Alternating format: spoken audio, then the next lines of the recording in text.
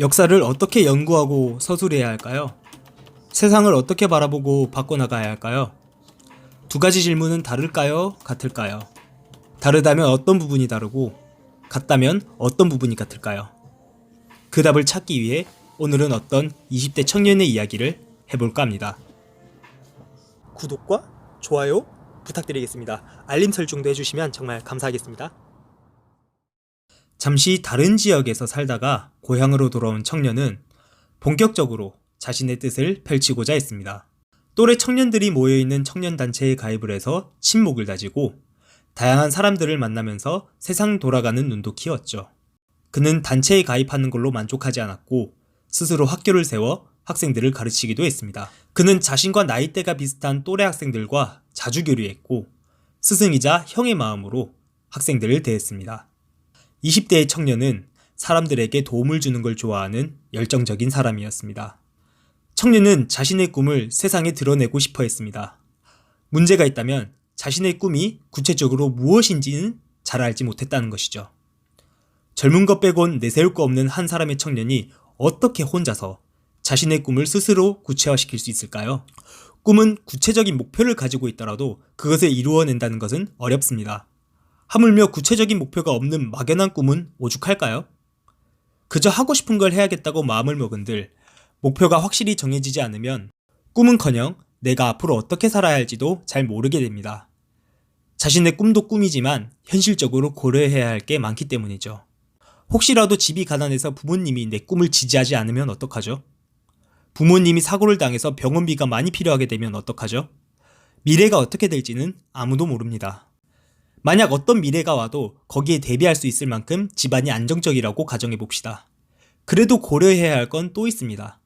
내가 하고 싶은 일이 있다면 거기에 대한 센스도 어느 정도 있어야 합니다. 그 일과 관련된 좋은 사람들도 많이 만나야 하고요. 물론 이런 문제들은 내가 꿈에 대한 의지만 있으면 큰 문제가 안 될지도 모릅니다. 그런데 내가 하고 싶어 하는 일이 사실은 돈도 안 되고 내 삶을 희생해야 할지도 모른다는 그런 일이라면 재능이나 믿을 만한 사람들이 없이 과연 의지만으로 꿈을 향한 여정을 계속할 수 있을까요? 청년은 그런 고민을 가지고 있었습니다. 고민들을 계속 가지고 살다 보면 언젠가는 선택의 순간이 옵니다. 계속 꿈을 위한 삶을 살 것이냐, 아니면 꿈을 포기하고 현실에 적응해 살 것이냐. 그것도 아니라면 시간이 얼마나 걸리든 현실에 먼저 적응을 하고 꿈을 포기하지 않고 때가 될 때까지 기다리던가. 우리는 빠르게 결단을 내려야 합니다. 그래야 방황에서 빨리 벗어날 수 있을 테니까요. 청년이 느끼기엔 고향에서 해온 일들은 뭔가 만족스럽지 않았습니다. 꿈을 향해 나아가는 길은 분명 재밌었지만 뭔가 이루었다는 느낌은 들지 않았던 것입니다.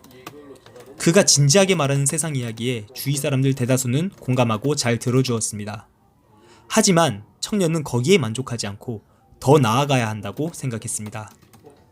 주위 사람들만 내 얘기를 들어주는 것만으로는 부족하다. 내 꿈은 다른 사람들, 더 나아가 세상에도 도움이 되어야 한다. 그래야 세상이 바뀔 수 있다고 생각한 것이죠. 청년은 꿈을 이루기로 결단을 내렸습니다.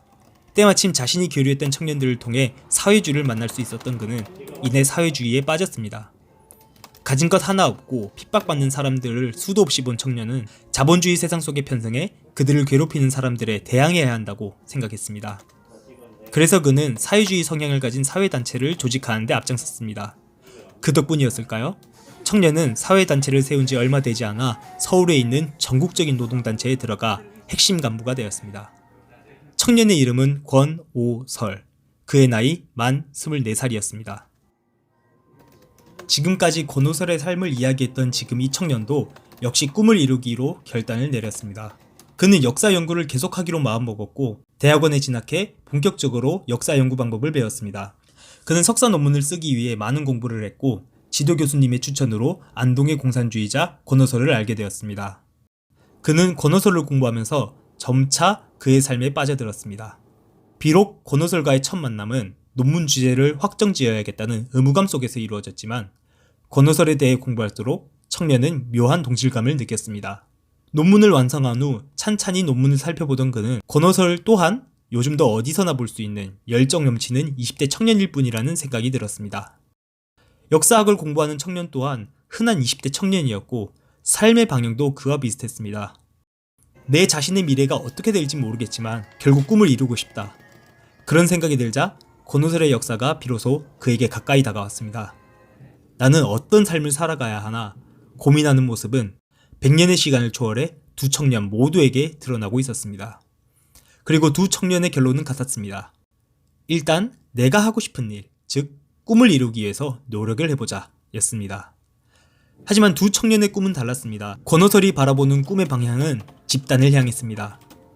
사회라는 집단을 변화시켜야겠다는 것이었죠. 하지만 청년의 꿈의 방향은 달랐습니다. 청년의 꿈은 자신을 향한 것이었습니다.